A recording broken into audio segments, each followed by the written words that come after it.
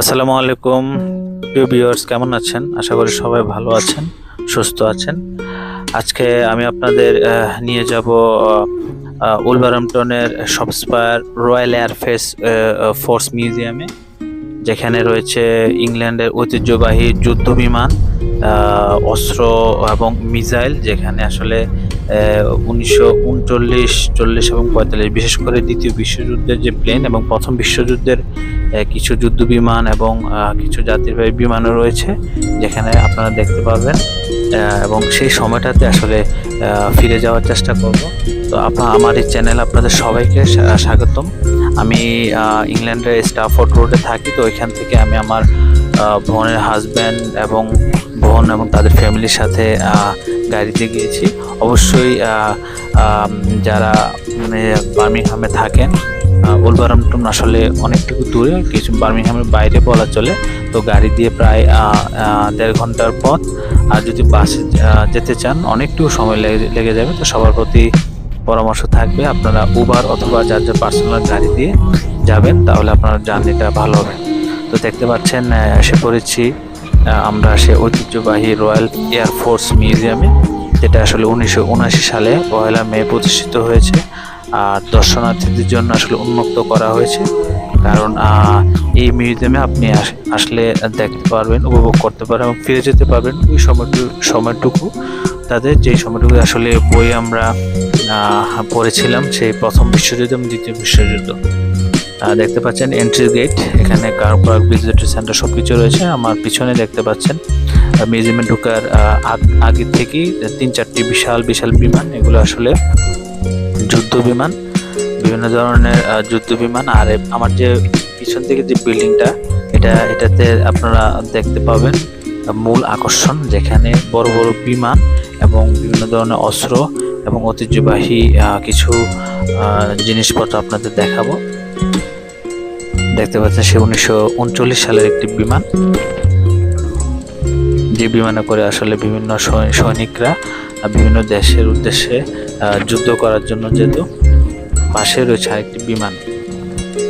তো চলুন উপভোগ করি রয়্যাল এয়ার ফোর্স মিউজিয়াম, যেটা উলভারহ্যাম্পটনে অবস্থিত।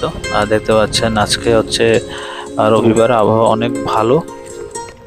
দূর দূরান্ত থেকে বিভিন্ন পর্যটকরা আসছে ঐতিহাসিক যুদ্ধ বিমান এবং তার অস্ত্র এবং অনেক আগে কিছু জিনিস মিউজিয়ামে যে সংরক্ষিত আছে সেটা দেখার জন্য। পুরো এরিয়াটা বলা চলে ছোটখাটো একটি মিনি এয়ারপোর্ট। আর সবাইকে বলে রাখি, কে কোথা থেকে দেখছেন অবশ্যই আমার ভিডিও কমেন্ট সেকশনে জানাবেন। আর যদি ভিডিও ভালো লেগে থাকে অবশ্যই লাইক সাবস্ক্রাইব করতে ভুলবেন না। এই হচ্ছে সেই এন্ট্রান্স গেট, যেখান দিয়ে আসলে মিউজিয়ামে প্রবেশ করতে হয়। দেখতে পাচ্ছেন আশেপাশে অসংখ্য বিমান রয়েছে। তো চলুন উপভোগ করি রয়্যাল এয়ার ফোর্স মিউজিয়াম।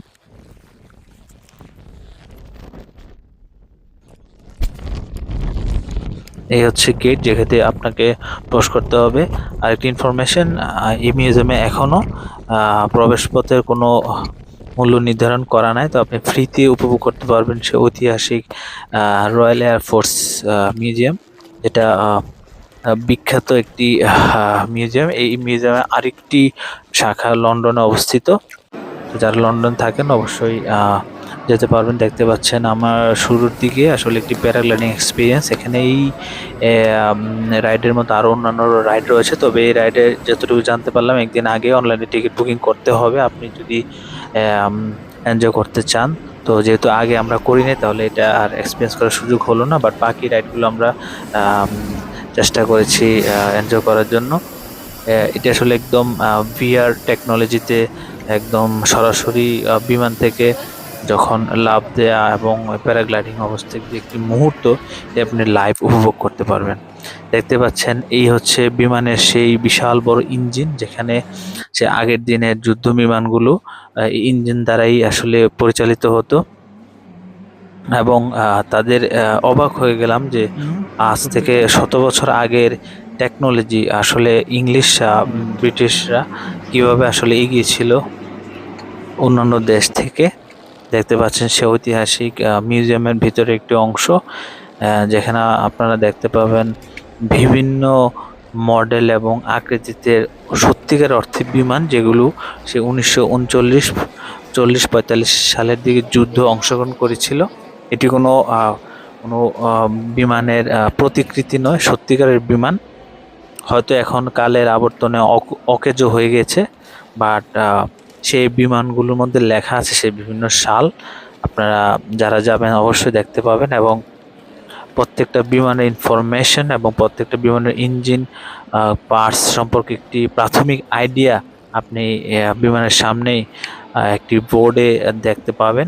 বাচ্চারা দেখছে প্রত্যেকটা বিমান কখন কোন সময় কোন যুদ্ধে অংশগ্রহণ করেছে এবং কত সালে অবতরণ করেছে, কত সালে তার যাত্রা শুরু হয়েছিল, সকল ইনফরমেশনই আপনারা পাবেন। তো এখানে এসে আমার খুবই ভালো লাগলো, অন্য রকম একটা এক্সপিরিয়েন্স আসলে উপভোগ করলাম। তো এখানে বিভিন্ন দর্শনার্থীরা এই রাইড আপনার চড়ার জন্য আসে এবং সত্যিকার অর্থের রিয়েল যে এক্সপিরিয়েন্স এটা এনজয় করতে পারে বিভিন্ন ধরনের রাইডের মাধ্যমে। আর এই প্যারাগ্লাইডিংসের টিকিট মূল্য হচ্ছে 10 পাউন্ড। যারা ইংল্যান্ডে থাকেন তারা অবশ্যই এই রাইডটি উপভোগ করার জন্য আমি বলবো। এবং ভিতরের যে মিউজিয়ামের যে একাংশ আপনারা দেখতে পাচ্ছেন, বিভিন্ন রাইড রয়েছে, অনেকে লাইন দাঁড়িয়ে টিকিট সংগ্রহ করছে। এখানে 3D 4D এক্সপিরিয়েন্স সবকিছু করতে পারবেন। এই সেই বিমান যেগুলো সেই 1925, আমি কিছু কিছু সময় দেখেছি 1925 সালের বিমানও আছে। দ্যাট মিনস সেই যুদ্ধের একটি প্রথম এবং দ্বিতীয় বিশ্বযুদ্ধের অংশগ্রহণ করা বিমানের সাক্ষী হতে পাওয়া আসলে কম সৌভাগ্যের বিষয় নয়। তো আশা করি সবাই আমার এই ভিডিও উপভোগ করছেন, আর আপনাদের দেখাতে পারছি সেই সালের অংশগ্রহণ করা বিভিন্ন যুদ্ধ বিমানগুলা। আর যারা আসবেন অবশ্যই আপনারা অনুভব করবেন, মনে হবে সত্যি যেন 100 বছর আপনি পিছিয়ে গেছেন। দেখতে পাচ্ছেন বিভিন্ন দর্শনার্থীরা ছবি এবং সেলফি যেটাই বলেন তোলার জন্য ব্যস্ত, কেউ ক্যামেরা, কেউ মোবাইল দিয়ে তুলছে। তো সত্যি একটি অন্যরকম এক্সপিরিয়েন্স। আর এখানে বিভিন্ন ধরনের খাবারের জন্য ছোটোখাটো রেস্টুরেন্টও রয়েছে। আমার পিছনে দেখতে পাচ্ছেন সেই ঐতিহাসিক 1925 সালের একটি যুদ্ধ বিমান, যেটা অংশগ্রহণ করেছিল দ্বিতীয় বিশ্বযুদ্ধের। আর যে ব্ল্যাক যে বিমানগুলো দেখছেন, ব্ল্যাক কালারের বিমানগুলো, এগুলো আসলে ছোটোখাটো ক্ষেপণাস্ত্র নিক্ষেপ করার জন্য ব্যবহার করা হতো। আর এই যে দেখতে পাচ্ছেন একটি পোশাক, এটি আসলে 1939-45 সালের পোশাক, যেটি পরে পাইলটগণ বিমানে যুদ্ধের জন্য ইমিডিয়েটলি রেডি থাকতো এবং যুদ্ধে অংশগ্রহণ করতো। দেখতে পাচ্ছেন একটি বিশাল বড় ইঞ্জিন, এই ইঞ্জিনের কারণে বিমান আসলে তার পুরো বিশাল বড় দেহ নিয়ে আকাশে আসলে উড়ে বেড়ায়। দেখতে পাচ্ছেন বিমানের যে টারবাইনগুলা। তো সত্যি আসলে অন্যরকম একটি মুহূর্ত। দেখতে পাচ্ছেন একজন দর্শনার্থী উপভোগ করছে প্যারাগ্লাইডিং এর একটি অন্যরকম মুহূর্ত।